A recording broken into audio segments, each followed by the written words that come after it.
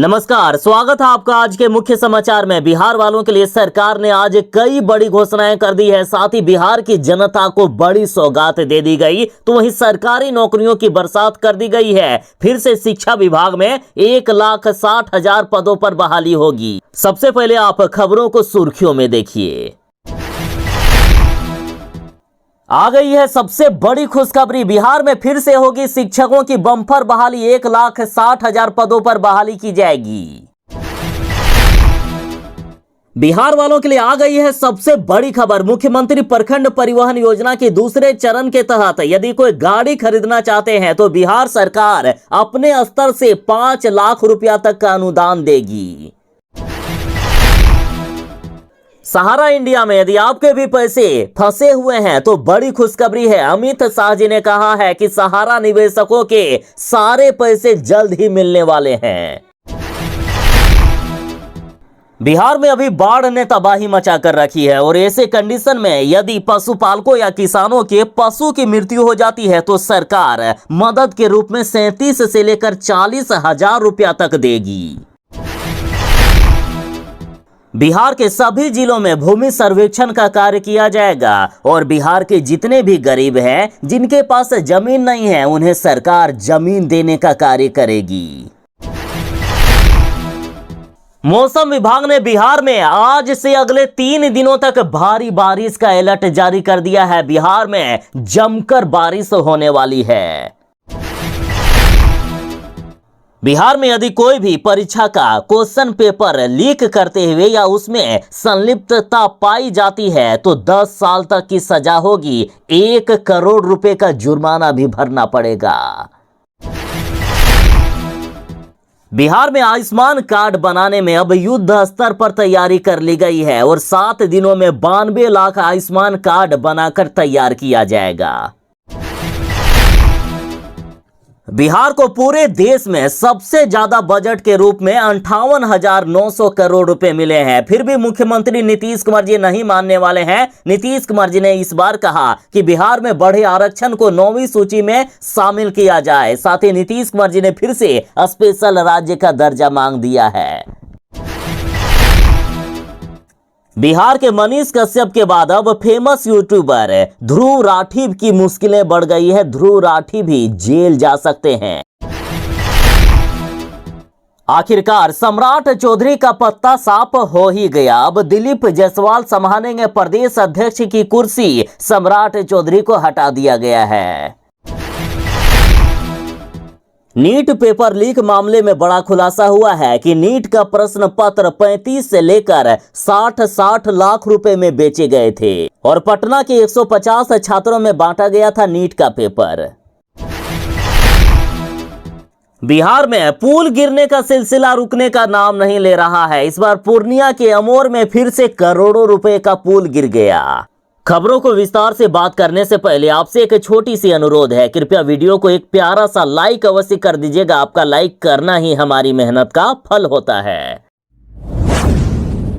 बिहार वाले यदि कोई सरकार से अनुदान के तौर पर कोई बस लेना चाहते हैं, मिनी बस लेना चाहते हैं या फिर कोई कॉमर्शियल गाड़ी लेना चाहते हैं तो जरा ध्यान दीजिएगा। मुख्यमंत्री प्रखंड परिवहन योजना का दूसरा चरण शुरू हो गया है और इसके लिए आवेदन प्रक्रिया शुरू हो रही है। 1 अगस्त 2024 से आवेदन शुरू होगा जो 25 अगस्त 2024 तक आवेदन लिया जाएगा। तो आखिर किनको लाभ मिलेगा? देखिए, इस योजना का मुख्य उद्देश्य ग्रामीण क्षेत्रों एवं प्रखंडों से जिला मुख्यालय तक आम जनों को यात्री परिवहन व्यवस्था सुलभ कराना एवं राज्य के बेरोजगार युवाओं एवं युवतियों के लिए रोजगार का सृजन करना है। और इस योजना के तहत लाभुकों को बस क्रय करने पर प्रति बस 5 लाख रुपया तक का अनुदान सरकार की ओर से मिलेगा। मतलब जो भी आप बस खरीदेंगे उसमें 5 लाख सरकार देगी।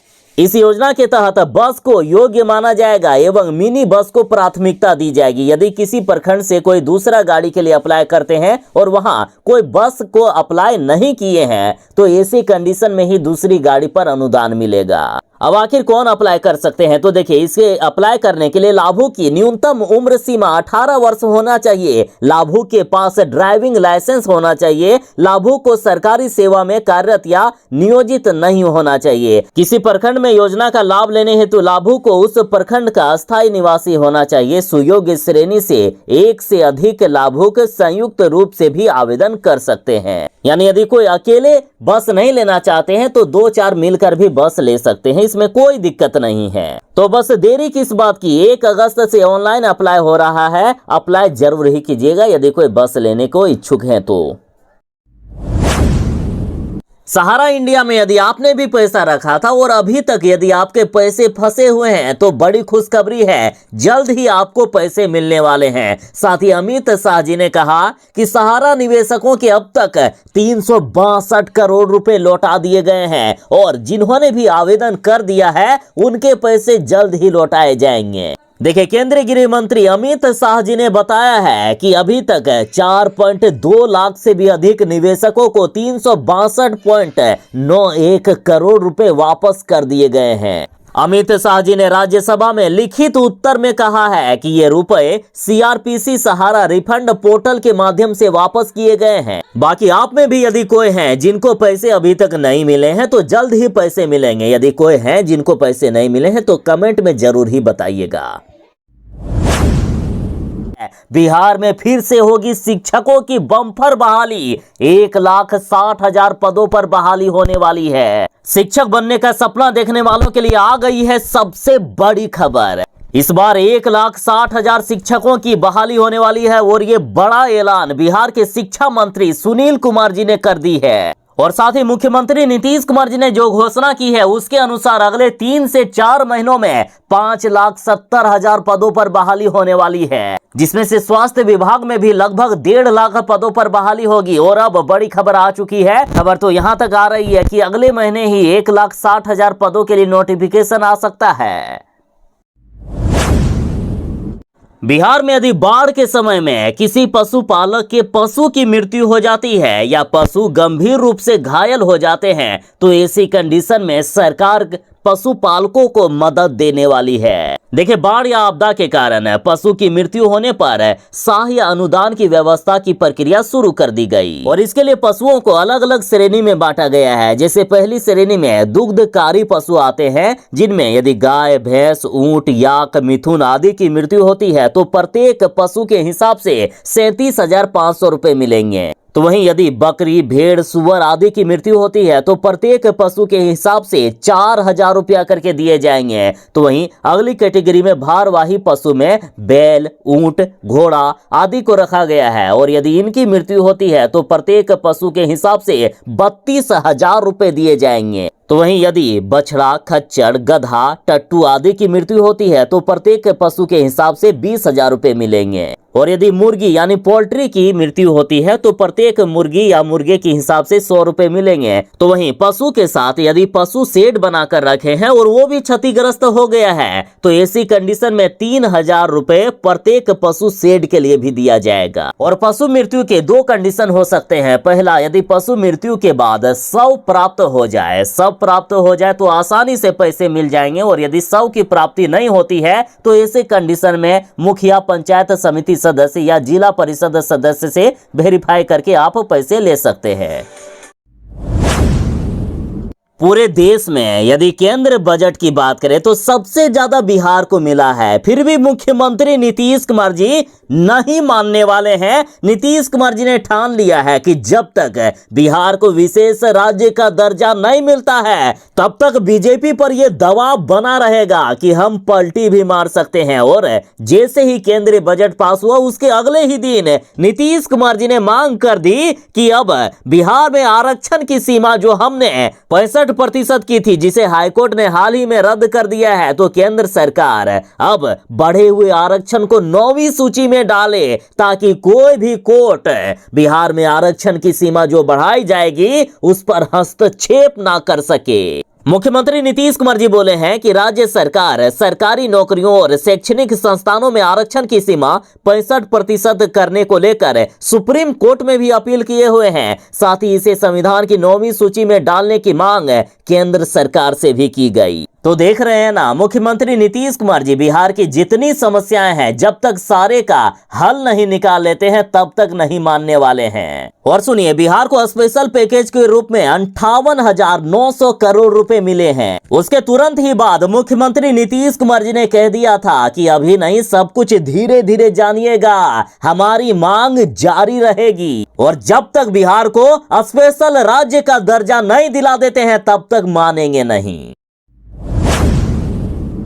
बिहार के सभी जिलों में भूमि सर्वेक्षण होगा और अभी 18 जिले जो बचे हुए थे उनमें भी मुख्यमंत्री नीतीश कुमार जी ने भूमि सर्वेक्षण का आदेश दे दिया है। देखिए, मुख्यमंत्री नीतीश कुमार के आदेश के तहत 18 जिलों में भूमि सर्वेक्षण का कार्य होगा और 20 जिलों में पहले से ही ये कार्य हो रहा है। और इधर मुजफ्फरपुर से बड़ी खबर आ गई है कि भूमि सर्वेक्षण के लिए प्रत्येक अंचल में लगेगा शिविर, जमीन मालिकों को मिलेगा स्व घोषणा पत्र। मुजफ्फरपुर के साथ ऐसा बचे सभी 18 जिलों में किया जा रहा है। देखिए, राजस्व एवं भूमि सुधार विभाग के निदेशक ने इससे सभी बंदोबस्त पदाधिकारियों को अवगत कराया है। भूमि सर्वेक्षण के लिए हर अंचल में शिविर लगाया जाएगा। सर्वेक्षण के लिए प्रत्येक शिविर में एक विशेष सर्वेक्षक, सहायक बंदोबस्त पदाधिकारी, 2 कानूनगो, 2 लिपिक व 4 ग्राम पर एक अमीन की तैनाती भी की जा रही है। और इससे फायदा ये होगा कि यदि किसी गरीब की जमीन को किसी ने हड़प लिया है तो उसे जमीन वापस दिलाया जाएगा। साथ ही यदि सरकारी जमीन पर किसी ने कब्जा करके रखा है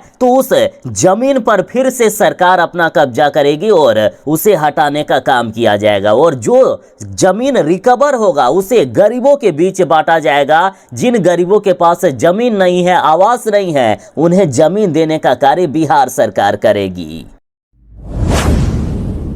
बिहार वालों के लिए बड़ी खबर है। बिहार में अगले 3 दिनों तक भारी बारिश का अलर्ट जारी कर दिया है। देखिए, मौसम विभाग ने अभी अभी बिहार वालों के लिए बड़ी खुशखबरी दी है कि बिहार में आज से अगले 3 दिनों तक भारी बारिश होने वाली है। साथ ही मौसम विज्ञान केंद्र पटना ने उन सभी जिलों की लिस्ट जारी कर दी है जहां भारी बारिश को लेकर चेतावनी दी गई है। और ये जिले हैं पटना, भागलपुर, खगड़िया, सहरसा, मधेपुरा, अररिया, पूर्णिया, कटिहार, पूर्वी चंपारण, पश्चिमी चंपारण, सीतामढ़ी, किशनगंज, गया, बक्सर, अरवल, जहानाबाद, वैशाली, नालंदा, मुंगेर, बेगूसराय, सारण, भोजपुर, कैमूर, रोहतास, औरंगाबाद और नवादा। इन जिलों में भारी बारिश होने वाली है। अगले 3 दिनों के लिए अलर्ट जारी किया गया है। बाकी बचे जिलों में कहीं हल्की तो कहीं मध्यम दर्जे तक की बारिश हो सकती है। यदि आप बिहार में रहते हैं और अभी तक आपका आयुष्मान कार्ड नहीं बना है तो जल्दी से बनवा लीजिएगा, क्योंकि सरकार बिहार में 18 जुलाई से लेकर 31 जुलाई तक आयुष्मान कार्ड बनाने के लिए विशेष अभियान चला रहा है। और इस दौरान यदि आप अप्लाई करेंगे तो बहुत ही कम मेहनत में आपका आयुष्मान कार्ड बनकर तैयार हो जाएगा। और अब तक यदि आंकड़ों की बात करें तो 18 जुलाई से इतने दिन बीत गए हैं, अभी तक मात्र 8 लाख ही आयुष्मान कार्ड बने हैं। अभी जो कुछ ही दिन बचे हैं उसमें से सरकार को 92 लाख आयुष्मान कार्ड बनाकर तैयार करना है। इसलिए अब आयुष्मान कार्ड बनाने के लिए युद्ध स्तर पर काम किया जा रहा है। साथ ही स्वास्थ्य मंत्री जी ने गांवों में माइकिंग कर लोगों को जागरूक करने के लिए कहा है। तो वहीं पीएचडी की दुकान पर भी आयुष्मान कार्ड बन रहा है और पीएचडी की दुकान को सुबह 8 बजे से लेकर शाम तक खुला रखने का निर्देश दिया है ताकि लोग वहां आसानी से आयुष्मान कार्ड बनवा सके। साथ ही स्वास्थ्य मंत्री जी ने आशा कार्यकर्ताओं को भी टास्क दे दिया है कि आप आयुष्मान कार्ड बनवाने के लिए लाभार्थियों को समझाएं, बुझाएं, उन्हें प्रेरित करें। ध्यान दीजिएगा, अभियान के तहत जन वितरण प्रणाली की राशन दुकानों में राशन कार्ड धारी लाभुक परिवारों के सदस्यों का भी आयुष्मान कार्ड बनाए जा रहे हैं। तो यदि आप में भी किन्हीं का आयुष्मान कार्ड नहीं बना है या बना भी है तो परिवार में किसी का नाम छूटा हुआ है तो जल्दी से बनवा लीजिएगा, अभी आसानी से बन जाएगा। आखिरकार सम्राट चौधरी से बीजेपी का भरोसा अब कम होने लगा है। देखिए, बड़ी खबर है कि सम्राट चौधरी का पत्ता साफ हो गया। अब दिलीप जायसवाल संभालेंगे प्रदेश अध्यक्ष की कुर्सी। 1 साल पहले चौधरी को मिली थी ये जिम्मेदारी, 1 साल के बाद ही इनको हटा दिया गया। दरअसल केंद्रीय नेतृत्व ने बिहार बीजेपी में बड़ा फेरबदल किया है। बीजेपी ने प्रदेश अध्यक्ष सम्राट चौधरी का पत्ता साफ करते हुए दिलीप जायसवाल को कमान सौंप दी है। दिल्ली जायसवाल अति पिछड़ा वैश्य समाज से आते हैं और मोदी कैबिनेट में सबसे पावरफुल नेता माने जाने वाले अमित शाह के भी बेहद करीबी नेता माने जाते हैं। अब ये लीजिए, जांच में बड़ा खुलासा हो गया कि नीट प्रश्न पत्र जो लीक हुआ था उसे 35 से लेकर 60 लाख रुपए में बेचे गए थे।